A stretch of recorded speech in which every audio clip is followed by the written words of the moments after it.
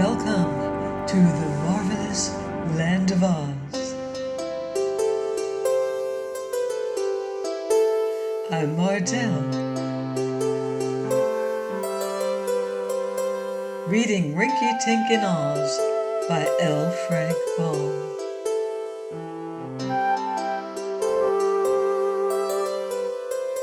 Chapter 14. The Escape.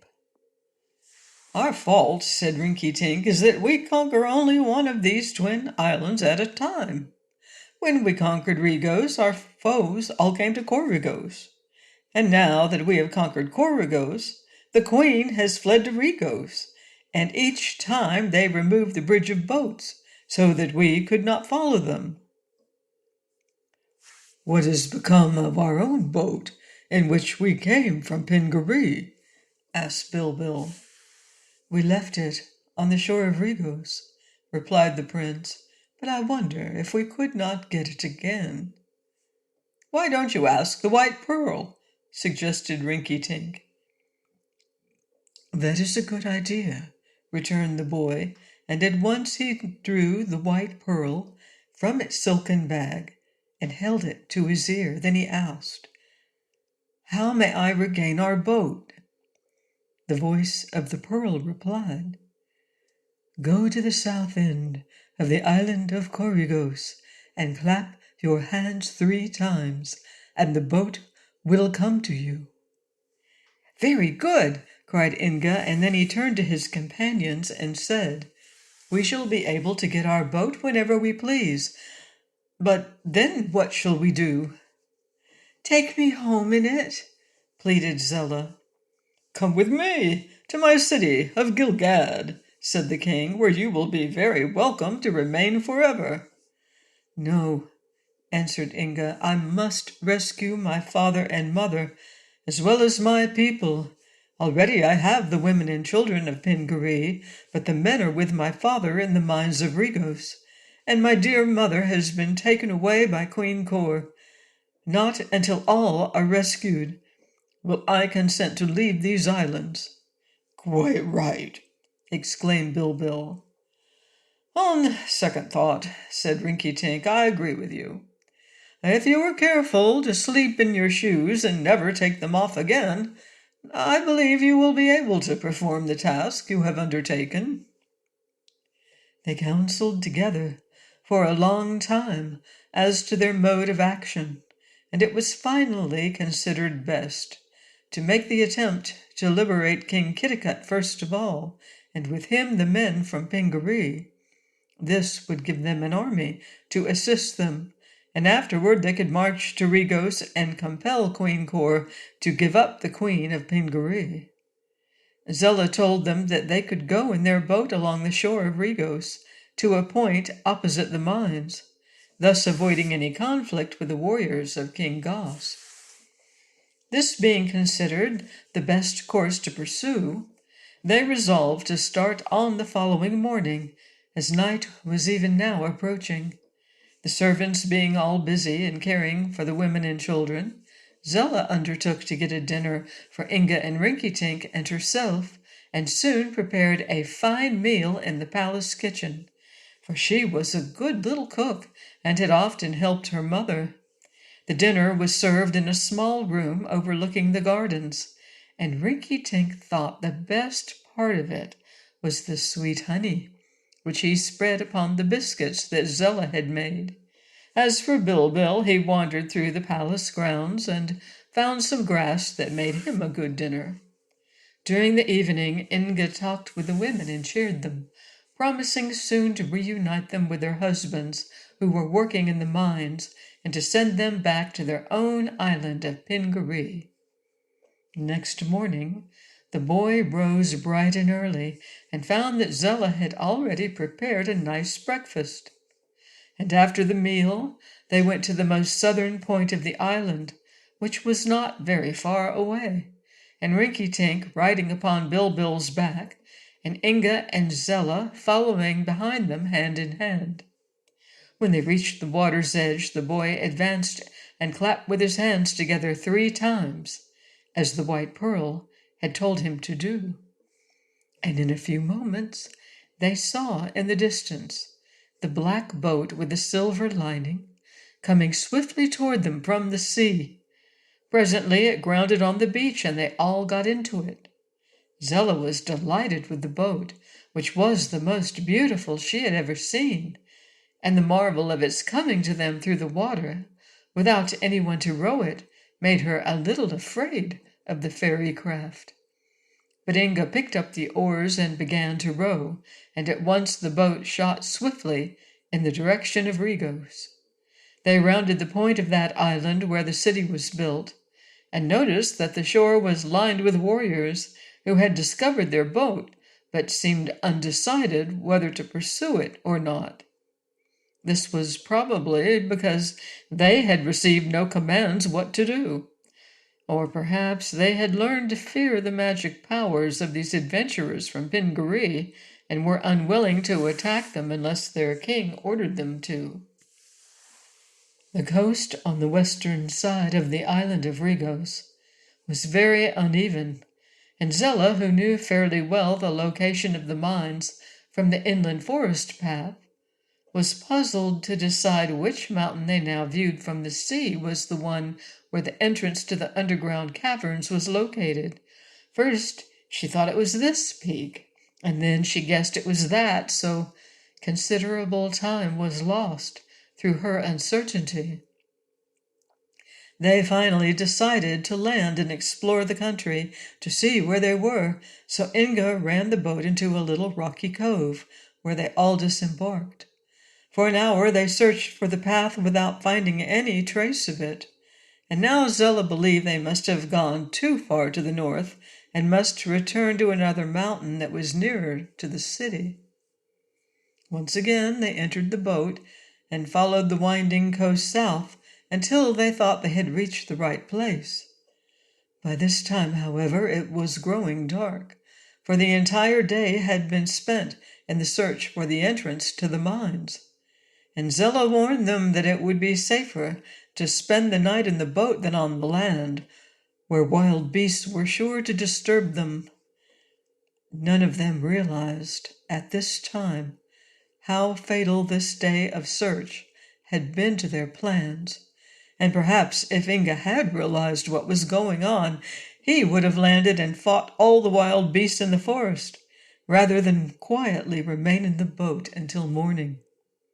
However, knowing nothing of the cunning plans of Queen Kor and King Goss, they anchored their boat in a little bay and cheerfully ate their dinner, finding plenty of food and drink in the boat's lockers. In the evening, the stars came out in the sky and tipped the waves around their boat with silver. All around them was delightfully still, save for the occasional snarl of a beast on the neighboring shore.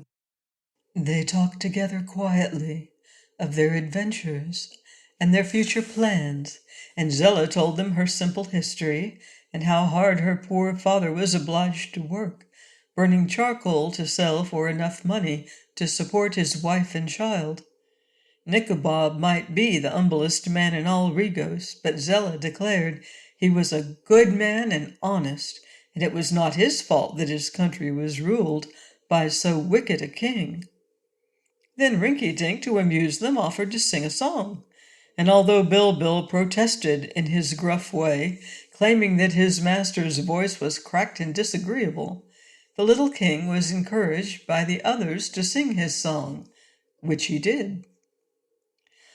A red-headed man named Ned was dead. Sing fiddle come, faddle come, Fido. In battle he had lost his head. Sing fiddle come, faddle come, Fido. Alas, poor Ned, to him I said, how did you lose your head so red? Sing fiddle come, faddle come, Fido. Said Ned, I for my country bled. Sing fiddle come, faddle come, Fido. Instead of dying safe in bed, sing fiddle come, faddle come, Fido.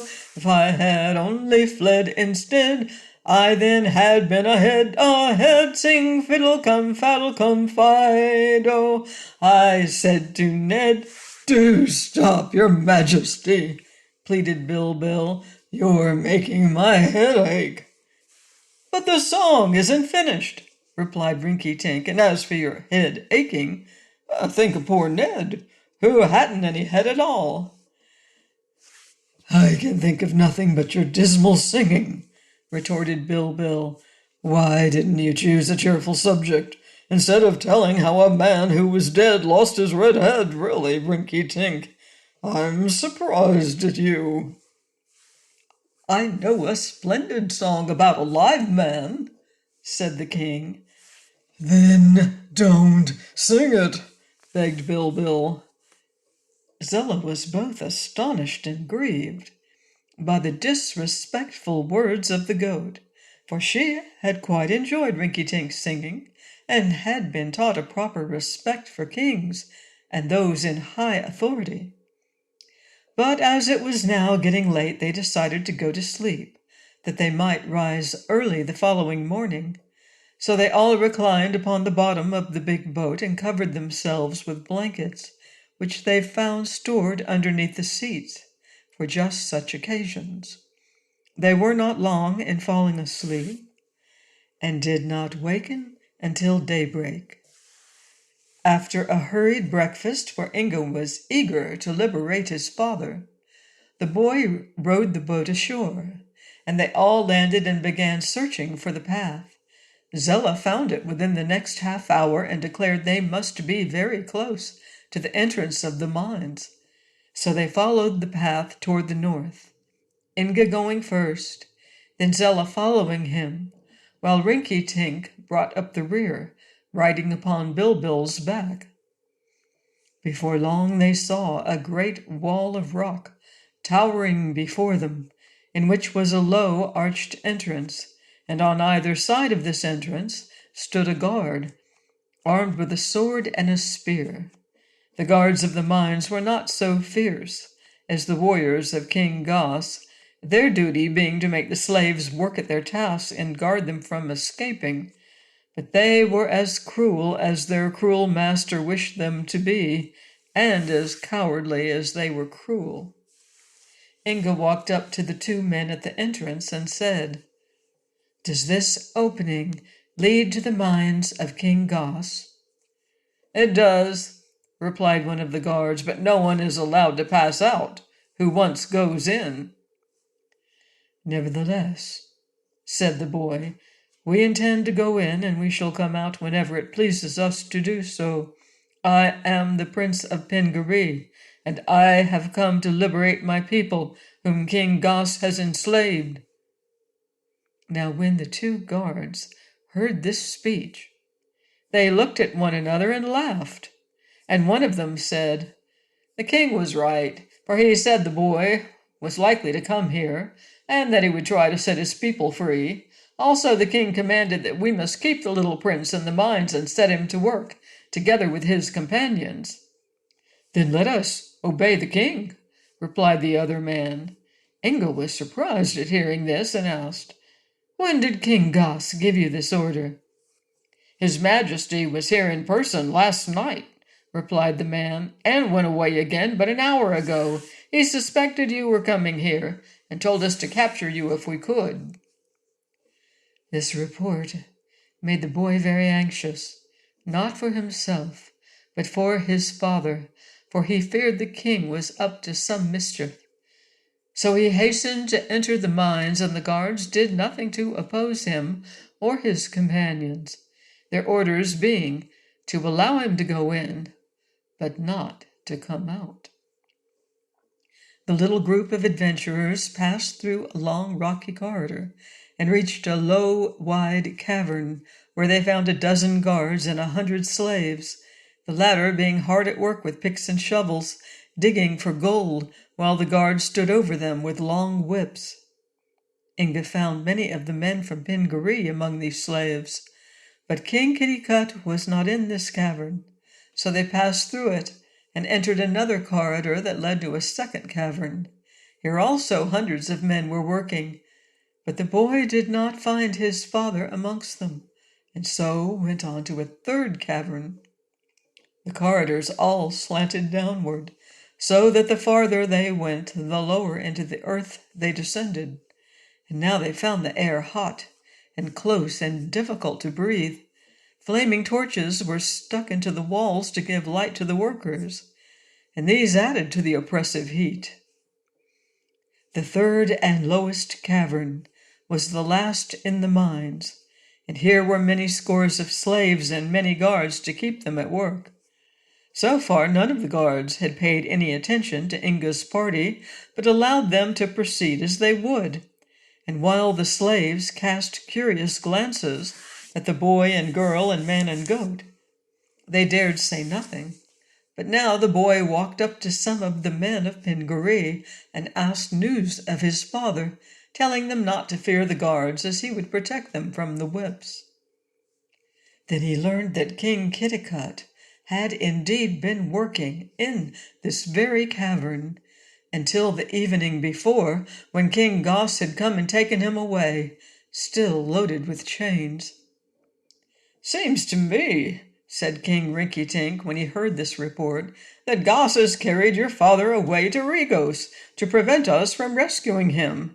He may hide poor Kitticutt in a dungeon where we cannot find him."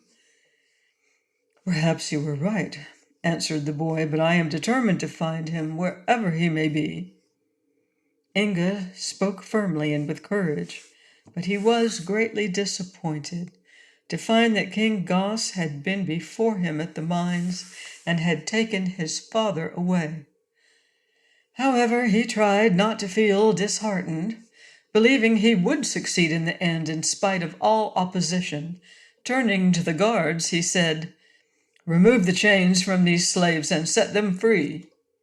The guards laughed at this order, and one of them brought forward a handful of chains, saying, "His Majesty has commanded us to make you also a slave for you, or never to leave these caverns again." Then he attempted to place the chains on Inga, but the boy indignantly seized them and broke them apart as easily as if they had been cotton cords. When a dozen or more of the guards made a dash to capture him, the prince swung the end of the chain like a whip and drove them into a corner, where they cowered and begged for mercy. Stories of the marvelous strength of the boy prince had already spread to the minds of Regos, and although King Goss had told them that Inga had been deprived of all his magic power, the guards now saw that this was not true, so they deemed it wise not to attempt to oppose him. The chains of the slaves had all been riveted fast to their ankles and wrists, but Inga broke the bonds of steel with his hands and set the poor men free, not only those from Pingaree, but all who had been captured in the many wars and raids of King Goss. They were very grateful, as you may suppose, and agreed to support Prince Inga in whatever action he commanded. He led them to the middle cavern, where all the guards and overseers fled in terror at his approach. And soon he had broken apart the chains of the slaves who had been working in that part of the mines.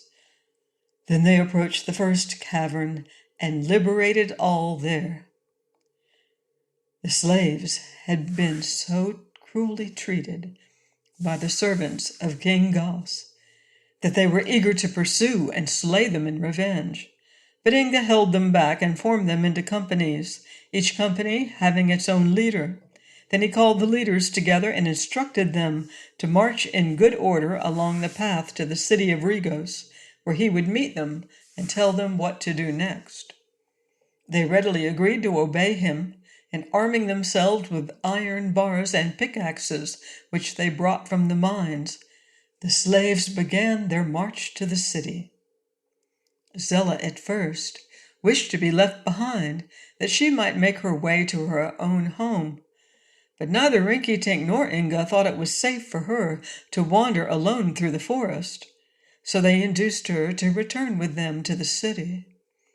The boy beached his boat this time at the same place as when he first landed at Regos, and while many of the warriors stood on the shore and before the walls of the city, not one of them attempted to interfere with the boy in any way. Indeed, they seemed uneasy and anxious, and when Inga met Captain Buzzub, the boy asked if anything had happened in his absence.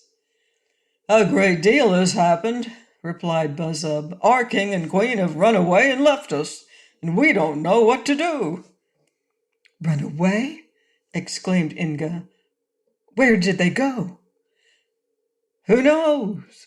Said the man, shaking his head despondently. They departed together a few hours ago in a boat with 40 rowers, and they took with them the king and queen of Pingaree. Please join me next time and find out what happens next in Rinkitink of Oz by L. Frank Baum. Goodbye for now. See you in Oz.